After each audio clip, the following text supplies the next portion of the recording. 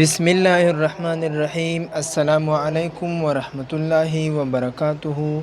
محترم مسلمانان ورونو، امید لرم چې روغ او جوړ به یو. الله تعالی مو خوشحاله لره.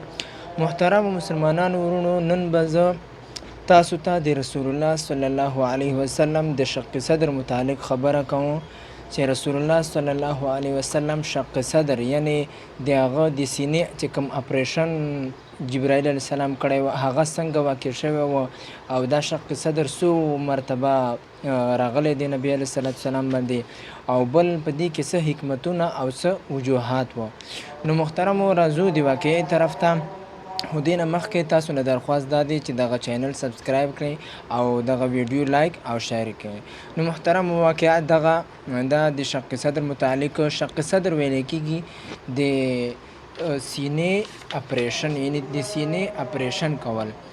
واقعا دغه دا چې رسول الله صلی الله علیه وسلم چې کله د شپږو کالو وسللی او دی بس دغو ټیمو کې به ګرځېدلی را ګرځېدلی یعنې ښه برابر به ګرځېدلی را ګرځېدلی په خپو به ګرځېدلی شوی. شپږو نه د څلورو کالو وشللی.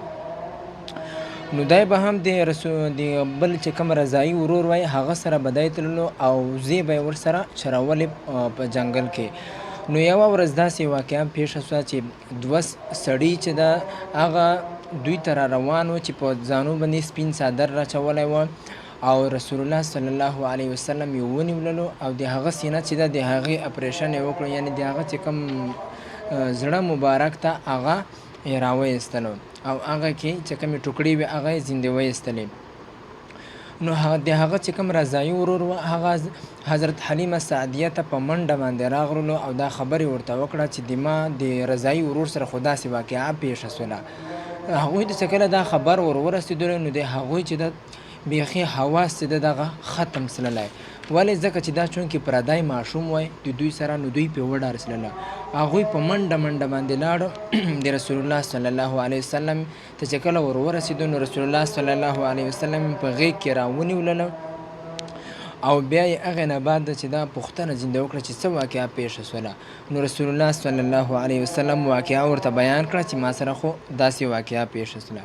نو محترمو دغه واقعه د یو شق صدر متعلق وه. نو شق صدر چې ده دا څو ورته واقع شوی دی؟ تقریبا 4 ورته واقع شوی دی. بعضې حضرات وایي چې 15 ورته واقع شوی دی، خو نه بلکې دغه محدثینو معتمده نه ده ګڼلې، بلکې معتمده او صحیح خبره دا ده چې 4 ورته شق صدر واقع شوی دی. یو دغه چې رسول الله صلی الله علیه وسلم ته په دغه ټیم کې چې دا کم 4 کالو ټیم کې عمر کې وای په دې ټیم کې چې کم شق صدر واقع شوی دی یو دغه سوای.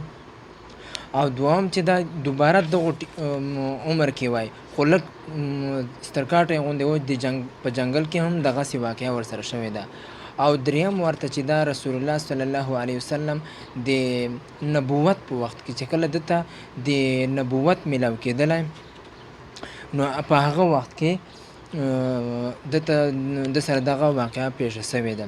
هغه په خپله فرمایي چې رسول الله صلی الله علیه وسلم د جبرائیل علیه السلام راغلو او د هغه چې کومه سینه ده هغه یې اپریشن یې وکړو ویې څیرله او بیا یې زړه مبارک چې ده هغه راویستلو هغه زړه یې راویستلو او بیا په هغه کې زړه یې وڅیرلو او په هغه کې چې کومې 2 ټوکړې وي د وینو ولې منجمې دي هغه چې ده واچولې او ویې ویل چې دا د شیطان حصه ده او په برف اوبو باندې چې ده ووینځلې د زمزم په اوبو باندې. نو محترم دغه واقعه وه. او څلرم ورته چې دا رسول الله صلی الله علیه وسلم شق صدر چې کله د معراج ته تللو په هغه شپه باندې رسول الله صلی الله علیه وسلم شق صدر شوی ده. نو محترم په شق صدر کې چې دا د دې حکمت دا ده چې رسول الله صلی الله علیه وسلم چې کومه په زړه کې هغه د معصیت چې کومه ماده سي د انسان په زړه کې چې کومه پرته وي هغه د رسول الله صلی الله علیه وسلم جبرائیل علیه السلام راویستله او بالکل هغه ماده د معصیت چې ده هغه بالکل ختمه کړله او بیا یې په سړو اوبو باندې یعنې د برف په اوبو باندې ولې ووینځلو دې لپاره نه په اوبو باندې ولې ووینځلو دې لپاره یې ووینځلی چې بالکل د معصیت چې کومه ماده ده د هغې نام و نشان هم نسي پاته. او بیا د برف په اوبو باندې ولې ووینځلو دې لپاره چې په معصیت کې ده معصیت کې ګرمایش ته نو دې له وجې نه په دې برف په اوبو یې ووینځلی چې دغه ګرمایش چې ده دا بالکل ختم سي او ټنډوالی په دې کې راشي. نو محترمو دغه واقعه مې در سره نشر کړله او دغه چینل چې ده دا سبسکرایب کړئ او ویډیو لایک او شیر یې کړئ. جزاک الله.